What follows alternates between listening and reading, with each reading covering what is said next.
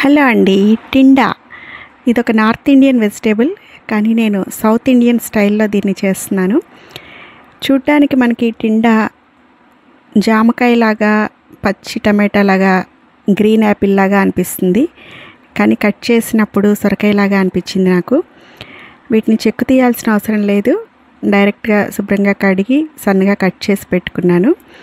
ఇప్పుడు నూనె వేసి తాలింపు దినుసులు వేసుకున్నాను. శనగపప్పు, మినపప్పు, ఆవాలు, జీలకర్ర ఇవన్నీ కూడా.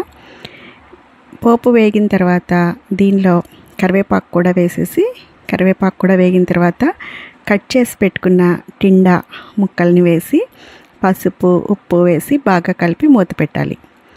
ఇవి మగ్గుతూ ఉండేలోపుగా ఒక 2 టమాటాలు కూడా తీసుకుని అవి కూడా శుభ్రంగా కడిగి కట్ చేసి పెట్టుకున్నాను. ఇప్పుడు టమాటా ముక్కలు కూడా వేసేసి బాగా కలిపి మూత పెట్టాలి. ఇవి 2 సన్నని సెగ మీద మగ్గుతూ ఉండేలోగా మనం పచ్చి కొబ్బరి తీసుకుని, పచ్చి కొబ్బరిని కూడా సన్నగా ముక్కలు కట్ చేసుకుని, పచ్చి కొబ్బరి, జీలకర్ర, వెల్లుల్లి, కారం ఇవన్నీ మిక్సర్ జార్లో తీసుకుని మెత్తగా గ్రైండ్ చేసుకోవాలి. ఈ టిండా, టమాటాలు ఈ 2 కూడా మగ్గిపోయాయి.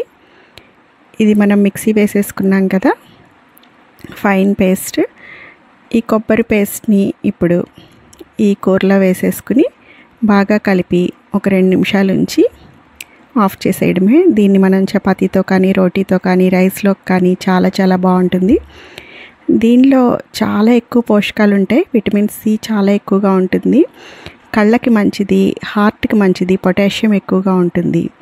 దానివల్ల మనకి బీపీని తగ్గిస్తుంది, హార్ట్కి మంచిది, క్యాన్సర్స్ని కూడా రాకుండా చేస్తుంది. యాంటీ ఆక్సిడెంట్స్ చాలా చాలా ఎక్కువగా ఉంటాయి. దీనివల్ల మన డైజెస్టివ్ సిస్టమ్కి కూడా మంచిది. అలాగే యాంటీ క్యాన్సర్ వెజిటేబుల్గా కూడా దీన్ని మనం ఉపయోగించవచ్చు. Thank you for watching. ఇలాంటి మంచి మంచి రెసిపీస్ కోసం తప్పకుండా మన ఛానల్ని లైక్ చేయండి, సబ్స్క్రైబ్ చేయండి. Thank you.